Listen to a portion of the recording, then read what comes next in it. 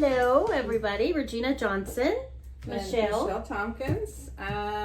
This is the start of a new podcast, video, blog, whatever you want to call it. Real talk, love, loss, and recovery. Two sides of addiction. Yes. One honest conversation. And again, it's love, loss, and recovery. We'll be putting some information on as well. Excuse me while I turn my phone on silent, as I thought I had been prepared. Real life. Hey, y'all, this is real life. Real time, real life, real talk. Yes. Okay. So, Regina,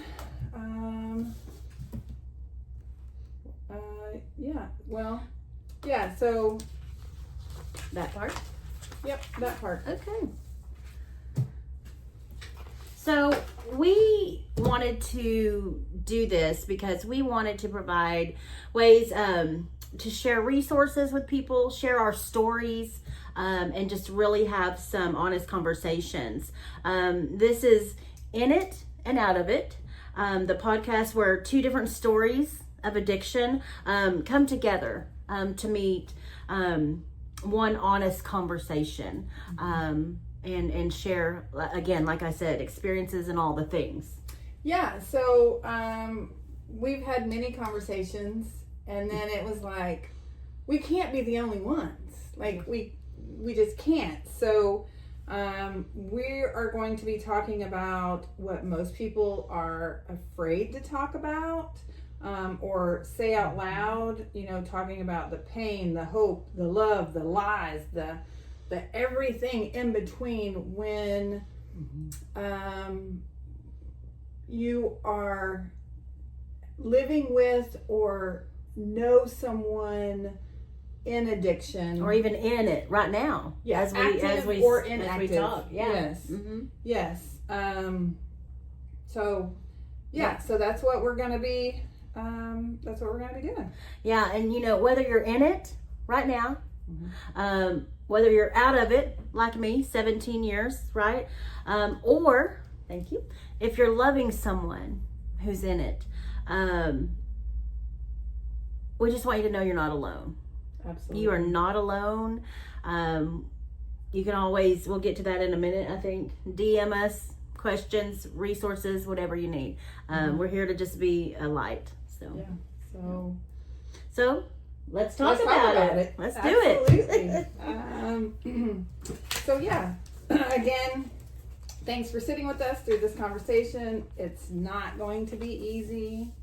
You may see some tears shed, probably. But that's it's the real thing. raw emotions. And in order to start any new journey, you have to be vulnerable. Oh, absolutely. And to start the healing, to start all the things, right? You have to get vulnerable. And that's just real talk. That's right.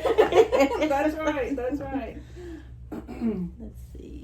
So, Yeah. So if today's episode 1, all right, if it's hitting home with you, right? The things that we're getting ready to talk about, if they hit home or you just need someone to talk to, if you need our notes or the things we've talked about today, like if you want them as reminders, DM us, let us know. We've got resources and links to help you. Absolutely. And of course we'll remind you at the end, but don't forget to subscribe, leave a review, share, even if it's someone all the things anyone might want to or need it. I kind of want to start with some of the statistics that I have. So I've been doing some research, doing some trainings, all the things. Common confessions,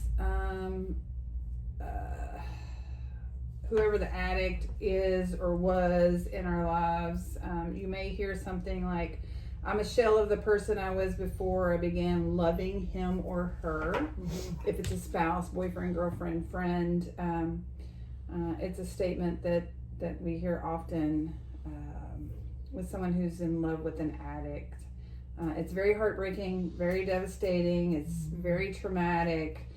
So some stats are over 75 million people in the U.S. struggle with some sort of addiction. Some sort. Now, that doesn't necessarily mean alcohol or drugs. Yeah, there's very sociably acceptable addictions we all can probably say we share. Whether it is, like I've said, and we'll get into later, addiction to food, addiction to whatever. The sociably acceptable addictions. And those 75 million that I'm talking about, it's a really low number because there's hundreds of thousands remain under the radar. I meant what you people, people who don't talk about it, people who don't get help for it, so they kind of go under the radar in that. More than 70% never receive help or treatment of any kind of their addiction. Divorce rates are high. They're higher when there is an addict in the home. At least 35% higher than those without addicts in the home. Yeah. Research also indicates that over 50% of adults have a loved one or a close friend struggling with addiction. That's according to the U.S. population reports. So that would mean that over 130 million people have been impacted. Right? It's a big deal. If you're one of those 130 million people, like we are. And even if you're not, you know somebody, right? Like, yes. We all know somebody. Mm-hmm. Yeah. Let's see. Equal number of males have been traumatized as women by loving an addict. They say that a lot of times the perception is the man is the addict. Not always the case. It's not always the case. Yeah. So men are also in this. Oh yeah. So again. Let's see. Those are big numbers. Yeah. Those are really big numbers. Every addict's response. Let's see. These are notes that I typed up last night because I will ramble. Me too. You know how I get off on rabbit trails, and we always have to get ourselves back on. She and I, even when we're not recording. So y'all don't judge us. This is a judgment-free zone for everybody. Absolutely. Every addict's response, even when sober, is influenced by their emotional immaturity and inability to cope with themselves. I thought drinking or using made those inabilities easier to accept when the buzz first hit. But the truth was, and is, as she drank more to keep that buzz maintained, the results were always either isolation or regret. And then I have heard, I'm not an alcoholic because I drink. Oh yeah. I'm an alcoholic because of the way I think. Well, and that does go in with things we're going to be talking about. It is a thought process. It leads to our choices. And in a minute, we're going to share our stories and how we're here. As someone who's been clean and sober for 17 years, I can validate you have to retrain your mind. You have to make different choices. So that speaks to that. And drink. What did it say? What was it? I'm not an alcoholic because I drink. I am an alcoholic because of the way I think. That's right. That's right on. Yeah. Because, so before we get into the other stuff, like the big debate, I had posted something on social media yesterday. Which kind of brought this whole thing. Yeah. I posted something about alcohol or addiction is not a disease. Is not a disease like you think cancer is a disease or diabetes is a disease. it is a choice that you make. And I do understand this. This is very controversial. It is controversial. And let's just say we're all going to agree to disagree. Everyone has their own opinions, and that's okay. Sure, absolutely. And when I say it's a choice, so, you know, you become an addict for whatever reason, right? Your mental health, you're numbing the pain, you're doing all the things, your mindset changes, and so it becomes a disease, right? It becomes a solution for your problem. It infects your thought process. That's where the disease comes in. Right. It's a mental health disease. Mental right? health and addiction run hand in hand. Absolutely. Absolutely. So it's not that I don't agree that it's not a disease, but I believe once you go to treatment and you get the tools Yes. that you need, Then it becomes your choice to do what? whatever. Apply them. Yeah, absolutely. So that's where the controversy comes in, right? And a lot of times, and I don't really know your whole story, but You know the majority of it. yeah, but I am aware that recovery is not a one and done, right? It's not. And there's most likely going to be some relapses. But those relapses, from what I can tell, and I'm not an addict. I don't know because I'm not an addict, right? I'm on the outside looking in.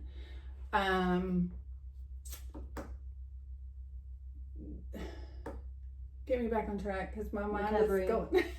Yeah, once you're recovered and you have the relapses. tools, and then That's you where you're going. relapse.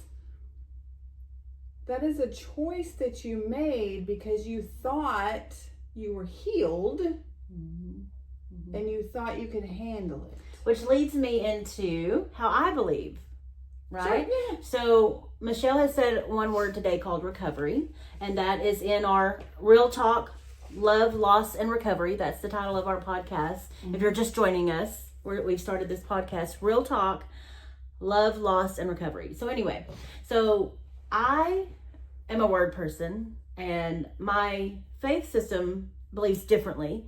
And so instead of recovery, because I don't want to be recovered, because I don't want to have to go back and redo all the things, right? Okay. I've been delivered and set free according to my faith system and according to my experience more than anything. It's not, I was provided the tools, right? When I decided to quit living a life of selfish choices and learn why. You have to ask yourself why I do the things I do. Why am I making the choices I make? How many times, All the things. can I ask you, how many times did you relapse? Never. Before you, so you just went one and done. One and done. You made that choice. Made the choice. Now, I'm not going to sit here and say, after I made the choice, the steps that I had to be conscientious of to continue and be consistent with were not hard. Oh, sure. Because, see, I had lived 33 years with a mindset of I'm a victim, woe is me, blaming others, it's their fault. Sure. All the things that addiction says to us that are walking that out. So I had to come to a place in my life at the age of 33. Sure.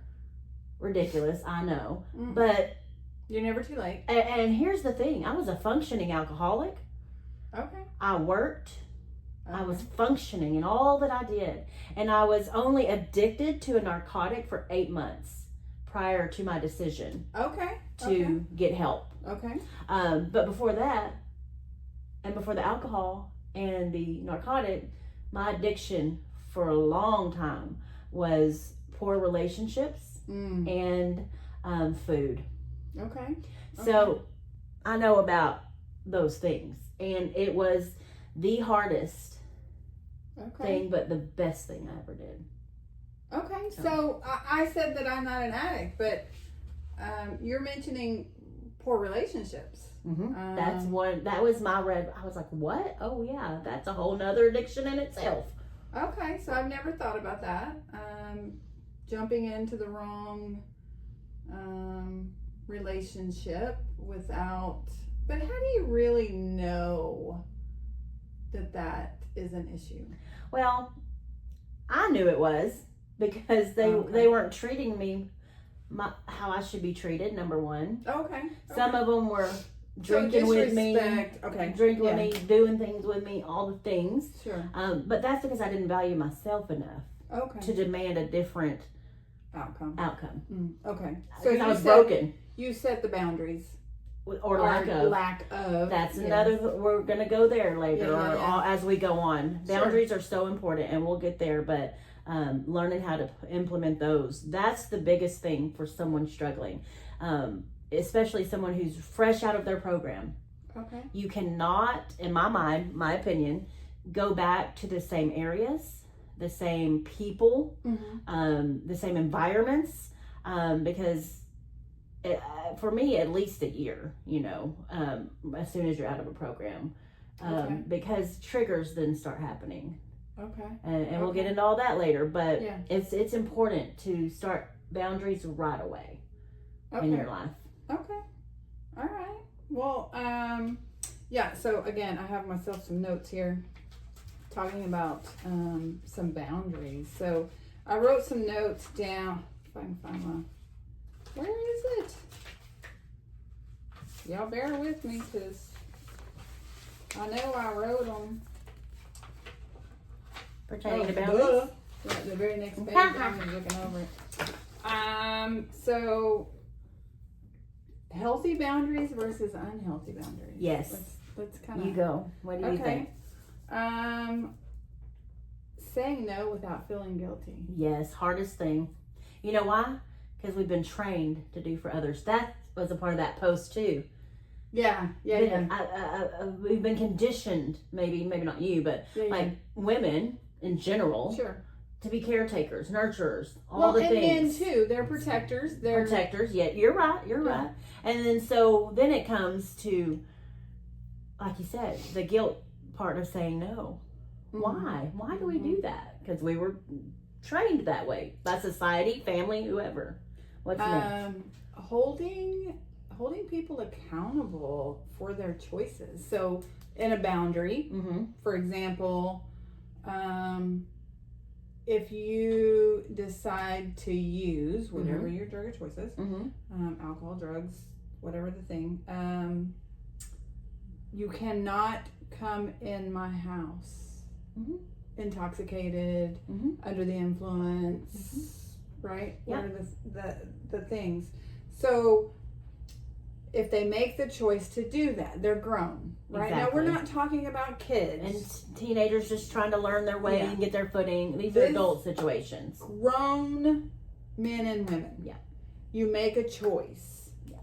And then so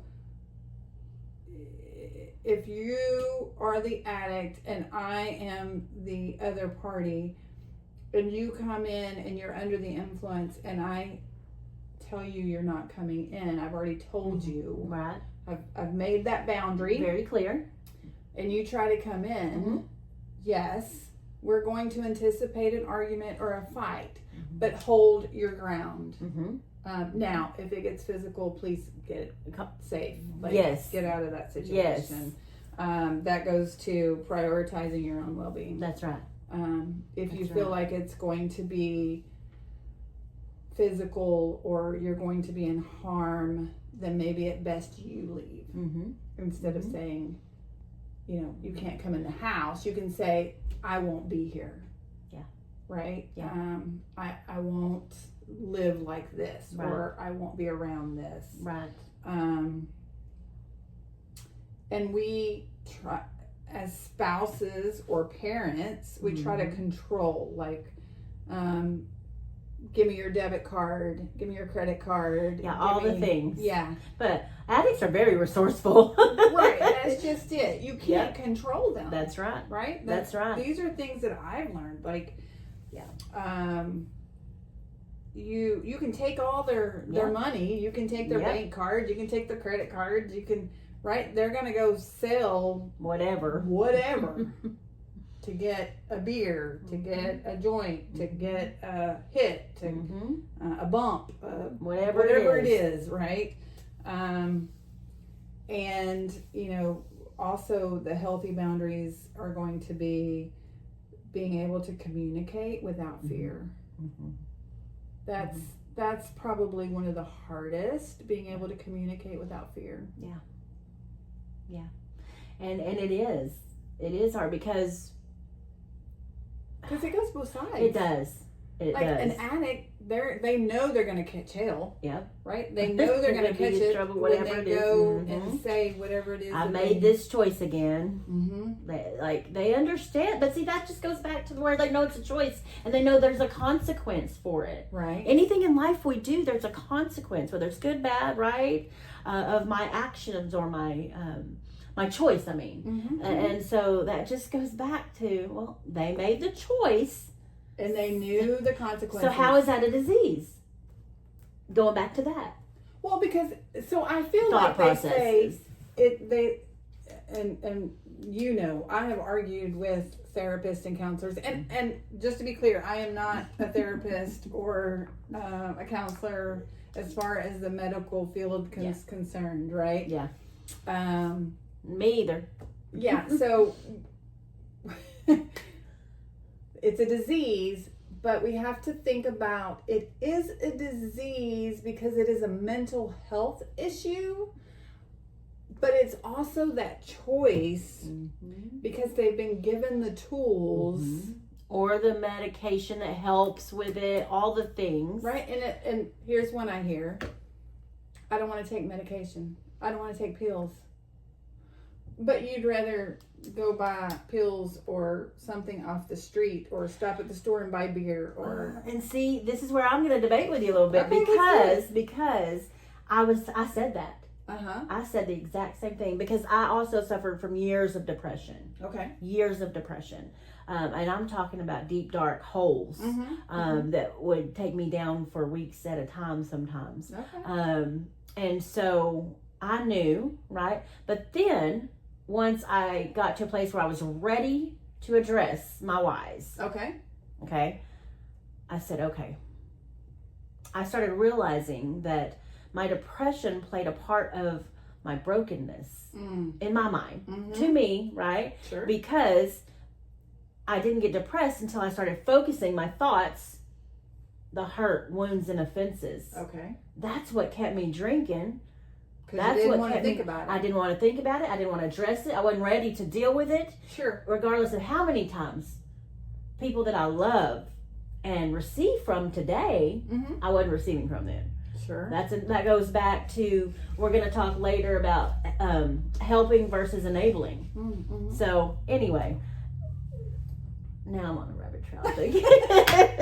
No, we were debating on the mental health. Yes, and again, addiction and mental health, they go hand in hand. Absolutely. But in my case, I said I don't want any medication. I want to feel everything. When I decided it wasn't easy, and I'm telling y'all, there were weeks. That's why I'm grateful for programs like the one I'm believing God for RLJ Ministries, because I had the opportunity to take, it's more than 3 and 30 days when you're trying to really deal with the whys. It takes longer than that. And so when I said, I want to feel everything, because I had numbed myself for so many years. Yeah, but that's big. It was. And it wasn't easy. Sure. And not everybody decides to go that route. Yeah. But what I'm trying to say is that when I decided and made that choice, I went head on. Because I wasn't playing anymore. You were all in. I was tired of hurting people I loved. Okay. I was tired of hurting myself. Okay. I was tired of being broken and not understanding. Sure. So I did. I went all in, and it wasn't easy. And it took weeks and months of asking the question, why do you this? Why do you that?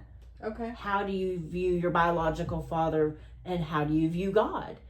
Not even realizing it was one answer and the same, because I dealt with a spirit of rejection and abandonment. we can get into all that later, but there's Yeah, so yeah. many facets to this topic. Sure. We could spend a million days on it. What's Yeah, next? What's okay. next? Unhealthy boundaries. Oh, Let's talk about unhealthy boundaries, and I want to hear from you. Okay. Like, what would you think unhealthy boundaries are? Well, yeah, allowing people to just do what they want in your life. Okay. Come and go. Come on in when they're living that way. Okay. When you are like, no, remember the boundary I set? Yeah. You know, then we just get back to unhealthy boundaries because we're right back in that vicious cycle. We're not implementing what we said we wanted to. So not following through with the healthy boundaries. That's right. Okay. And then again, you got to get to a place where you're ready and willing to accept responsibility for your behavior. Because if you're not, you can't put healthy boundaries in place. Sure. From this side of the fence, Right. my side. Right. And you know, for people who are learning how to do that, it can be hard sometimes. Yeah. So. Well, yeah, because it's new. Yeah. It's retraining, like you said. It's Retraining retraining. your thoughts. Yeah. Yeah. Yeah. You already said one, feeling guilty for saying no. That's one I struggled with and still continue to struggle with to this day in a different aspect. Yeah. But still not feeling guilty when I have to say, no, I can't, or I'm sorry, I'm not able to. And the Lord has really had to work with me on that one because that is still to this day one of the things that I really have to be conscientious of. Yeah. Because if not, people run right over you, take advantage of you, all the things. And so you always want to make sure you're doing those healthy boundaries. So let me ask you, just while we're on Yeah. this, you set a boundary, like I'm not buying your beer anymore. Yeah. We'll just use that for an example. Right. I'm not gonna stop and buy your beer anymore. I'm not Not at the going to be grocery your store, taxi not cab gonna- while you're getting drunk. Well, so here's the thing. This is one I struggle with. What? I've had too much to drink. Mhm. You've asked me not to drink and drive, Mhm. but I need to get beer. Can you take me to the store? No. Because if you say yes, you're enabling him or her. Yeah. So again, that's one I struggle with. Yeah. Like, okay, you know my fear. Right. Playing on that. Yeah. Mhm. You know my fear. You're gonna get a DWI. You're gonna kill somebody because you get a DWI and you hurt one of my grandkids. Then Yeah. I don't care if you're in jail or not. Yeah. I'm coming after you. Yeah. You know what I mean? Yep. We I had those understand. conversations. We have. Yeah. So, so it's playing on those Emotions, fears, and boundaries. Like it's the manipulation. Manipulate. Addicts or people in this category are the best manipulators. And when I realized that's who I used to be, it broke my heart. It broke my heart realizing how I played. My enabler was my mom. And she says it. We've talked about it. We've shared our testimonies about it. Sure. But to know I intentionally always was like, well, I'll tell her this. I'll say that. Or knowing she was in my back pocket and she would come to my rescue no matter what. So you already had it played out in Oh, your head. yeah. Oh, Mom will. Mom will handle it. Mom will be there. Mom this, Mom that, Mom this, Mom that. Okay. I didn't have to stop because Mama was there. I didn't have to do anything. Why? When there's somebody to help to pick up all my junk and my pieces and deal with my crap. That's good stuff. Regina, that is good stuff because that is probably the hardest part of loving And an addict, absolutely. right? The manipulation, the playing on the heartstrings, the Yep. well, you don't want me to drink and drive, or you don't want me going over to Jason's house, or That's your choice. Joanna's house. Yeah. You know what I mean? Yep. You don't want them over here, but you don't want me going anywhere. So what do you want me to do, right? Like, Yep. And that's when the other party has to get to a place to recognize the manipulation, to recognize that they're enabling them if they give in, right? Mhm. The things. And again, from a parent standpoint, like, how do you even do that? Like, I took my mama through some things. Like, I had to repent, y'all, and God restored that relationship and all the things, y'all. Sure. But to love an addict or someone in that state of mind is the realest form of unconditional love and the love of God that anyone could express to anyone. And I don't know that I could. Yeah, because we're in the flesh. That's when you gotta just take it all captive. So keeping secrets to protect. Keeping secrets to protect the addict. Oh yeah. Well, and then so like in our situation, my mom, she lived in complete denial until we had to address it. Sure. Until I made that choice. So when Wow. I made the choice, it's when we all started healing. Okay. When we just didn't push things under the rug anymore. Okay. When we just didn't talk about it because that's just not what we do. Okay. So, you got to talk about it. See, and on my end of it, it was the phone call, like, I don't want you telling, I don't want you, actually, the words were more like, it wasn't that nice, so, and some of y'all might recognize this, like, keep your mouth shut. It's nobody's business. Yeah. Why are they in my business? Yeah. Why do they know my business? Yeah. Right? Yeah. They shame you. They do. Shaming is part of manipulation.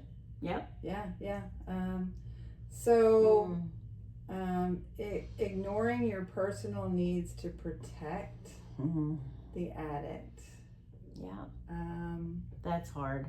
Because you're hovering, right? So you're not going to get a pedicure, or you're not going to a family function because you don't want to drag them along because they're intoxicated or under the influence.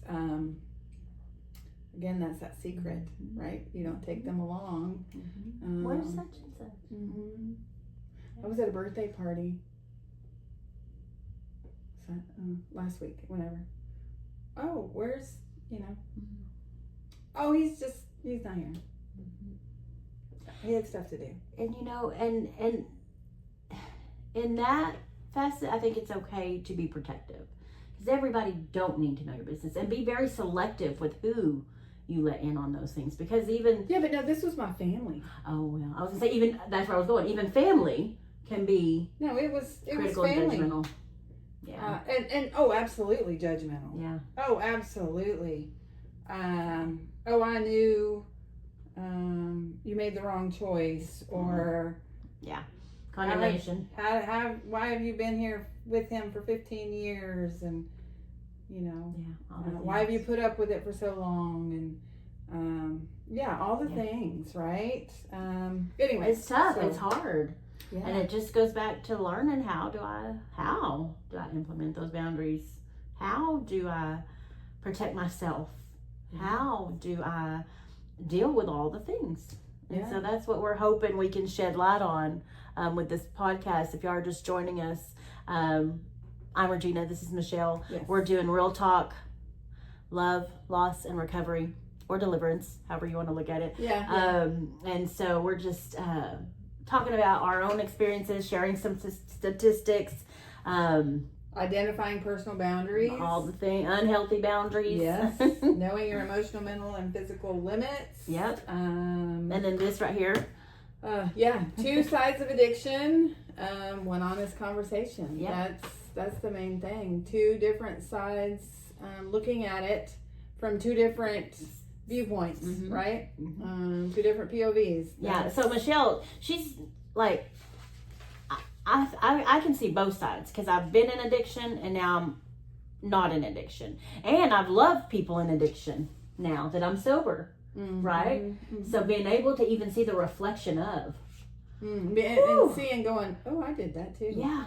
I know exactly. And then let me share something else with y'all. How come I'm being judged because I don't drink no more? Ooh. How come I'm being judged? Oh, you think you're too good? I sure do think I'm too good to let myself slip back in that mode. But y'all don't know what you did. Y'all don't know what it did to me. And so then, sometimes that opens up conversations that help others. Hey. But so if you're gonna judge me at first, it's okay. We'll get through it. There you go. There you go. Yeah. And you know, people are gonna be like, oh my gosh, they're like stick in the mud. I'm not a stick in the mud. No. I do drink on occasion. I ain't gonna lie. I I'll mean, have a glass of wine and all Yeah. the things, but I can't drink like I was an alcoholic. yeah. And knowing the difference. I don't want a chance that there's That's things a called choice. triggers. That's that choice. Exactly. There's no way I would jeopardize all that the Lord has done for me and delivered me from just for a little whatever. It In a could moment lead down that a bad trail. a more of a worse Yes. trail Yes. because now I know the difference. I've had the tools and all the things. Absolutely. Oh my goodness. Like, okay. This is good stuff. I think we're going to start doing some lives. Like, this one is going to be pre-recorded. Okay. Right? But I feel like some lives might be good think so, for too. us. I think so too. And the stick with us because, yes, we have our notes, right? Like, But there are conversations we never have notes. Like, yeah. and we only have notes because we are rabbit trailers sometimes. Yeah. But Michelle and I, y'all, we met to kayak. God knew that we were supposed to be walking this That walk. was 2 years ago. 2 years. I'm just like, I'm grateful Yeah, for the absolutely. relationship. Absolutely. And we had no clue that we would be on this journey together and able to relate with one another and walk in life. I call it walking life with each other. Yeah, I was going to say this walk has been enlightening. And it has also been refreshing. Yes, I agree. And then just having a support system in place. Sure. Like, you know, the days that are hard. I have a Yeah. t-shirt that says, don't let the hard days win. Yes. And every day is not peaches and cream. And so when those hard days come, knowing that there's someone that can relate or that you can turn to that will just be that ear for you, you know. Yeah. Find those people in your life. That's what I Oh, would say. absolutely. And we're going to actually put at the end, so make sure you stay to the end. Make sure that our email is love.lost.recovery@gmail.com. And I'll put that in there. But don't forget to like, share, and subscribe for sure. We're going to have the next one. We're going to be, we've got an outline of our topics. They may or may not stay on topic. We probably won't.